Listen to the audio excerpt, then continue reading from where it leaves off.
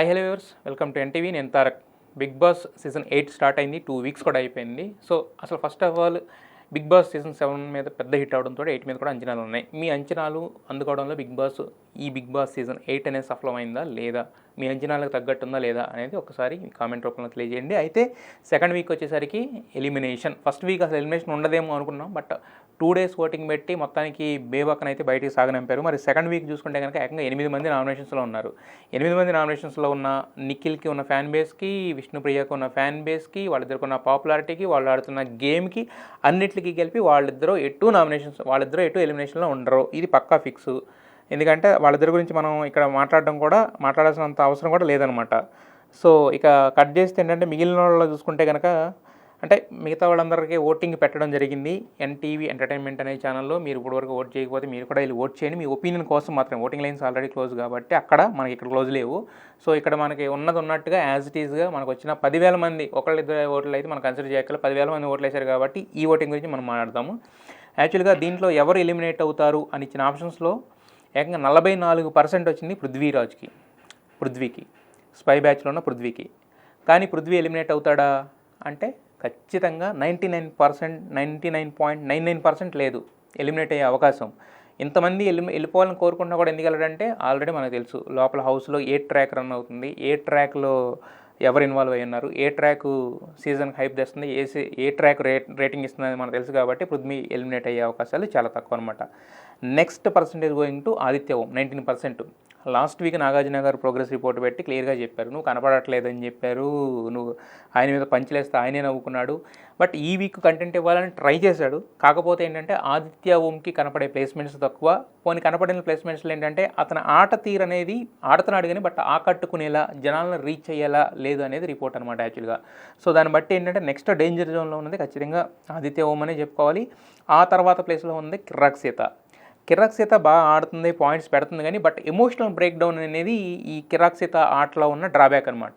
కొంచెం ఆ emotional imbalance ఏదైతే ఉందో దాన్ని కనుక తగ్గించి కొంచెం ఆట మీద ఫోకస్ చేసి, ఫైర్ ఉంది, ఆడుతుంది, ఫాస్ట్నెస్ ఉంది, మాట్లాడగలుగుతుంది, పాయింట్స్ పెడుతుంది, అన్నీ ఉన్నాయి. కానీ ఎమోషనల్ బ్రేక్ డౌన్ తోటి ఏంటంటే ఎక్కడెక్కడైతే పాయింట్స్ రైజ్ చేసుకుంటే వెళ్ళాలో అక్కడ అమ్మాయి మాట్లాడడం ఆపేయడంతో ఏంటంటే గ్రాఫ్ కిందకి పడిపోతూ ఉంది.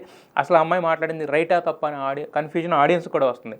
ఎందుకంటే బిగ్ బాస్ 24 అవర్స్ చూసిన వాళ్ళకి ఏంటంటే కాస్త క్లారిటీ ఉంటుంది కానీ చూసే వాళ్ళ సంఖ్య చాలా తక్కువ.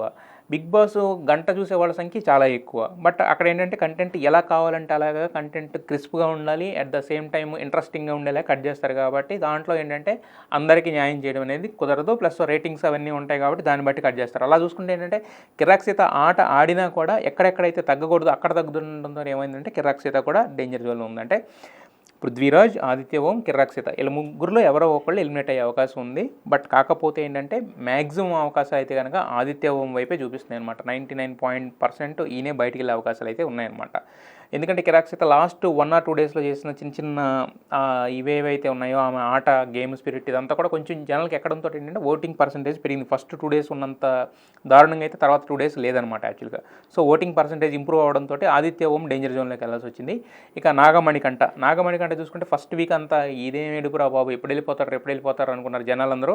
బట్ కాకపోతే ఈ వీక్లో నాగమణికంట బాగా పుంజుకున్నాడు కాబట్టి అతను కూడా ఆల్మోస్ట్ 11% మాత్రమే ఉందన్నమాట ఓటింగ్ పర్సంటేజ్. సో ఎలిమినేట్ అవుతాడా అనే దాంట్లో. ఇక తర్వాత కంటెస్టెంట్ వచ్చేసి శేఖర్ భాష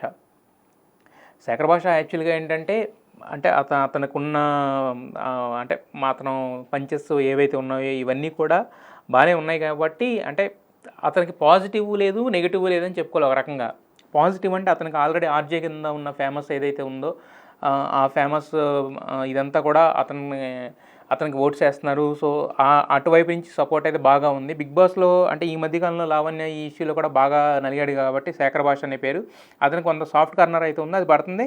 ప్లస్ ఇక్కడ ఆట తీరు అంటే బయట విషయాలు పక్కన పెట్టి ఇక్కడ ఆట చూసేసరికి ఏంటంటే శేఖర్ భాష ఆడుతున్నాడు అని లేదు, ఆడడం అని లేదనమాట. అతని వేలో అతనికంటూ ఒక జోన్ పెట్టుకున్నాడు. ఆ జోన్లో నీట్గా కామెడీ చేసుకుంటూ ఆడియన్స్కి ఏదైతే కంటెంట్ కావాలో ఆ కంటెంట్ ఇచ్చుకుంటూ వెళ్ళిపోతున్నాడు. బట్ ఆటపరంగా చూస్తే మాత్రం అంతగా లేదు. కానీ బట్ కాకపోతే ఏంటంటే అలా అని చెప్పి తీసేపడాల్సిన క్యాండిడేట్ కూడా కాదు. సో ఖచ్చితంగా ఏంటంటే కాస్త కూస్త ఎంటర్టైన్మెంట్ దక్కుతుంది అంటే ఈ వీక్ మణికంఠ పుంజుకున్నాడు కాబట్టి మణికంఠ అలాగే శేఖర్ భాష వీళ్ళిద్దరి వల్లనే కాస్త కూస్త ఎంటర్టైన్మెంట్ అనేది జనాలకి రీచ్ అవుతుందన్నమాట. సో కాబట్టి శేఖర్ భాష కూడా వెళ్ళే పరిస్థితి లేదు. మరి పృథ్వీని అంటే యాజ్ యూజువల్గా ఓటింగ్ ప్రకారం చూసుకుంటే కనుక మనొక్క దాంట్లోనే కాదు చాలా పోల్స్లో కూడా పృథ్వీ లీస్ట్ ఓటింగ్లో ఉన్నాడనమాట. సో మరి పృథ్వీ వెళ్ళిపోతాడా, లేదంటే కనుక ట్రాక్ రక్తి కట్టించాలి కాబట్టి నెక్స్ట్ దీంట్లో ఉన్న ఆదిత్య ఓం బయటకు వెళ్తాడా, లేదు ఆదిత్య ఓంని సీనియారిటీ కన్సిడర్ చేసి లేదంటే ఫర్దర్గా ఏమైనా ఆడతాడా, లేదంటే వేరే వేరే బేసుల కోసం ఉంచితే కనుక సీత వెళ్తుందనే చూడాలి.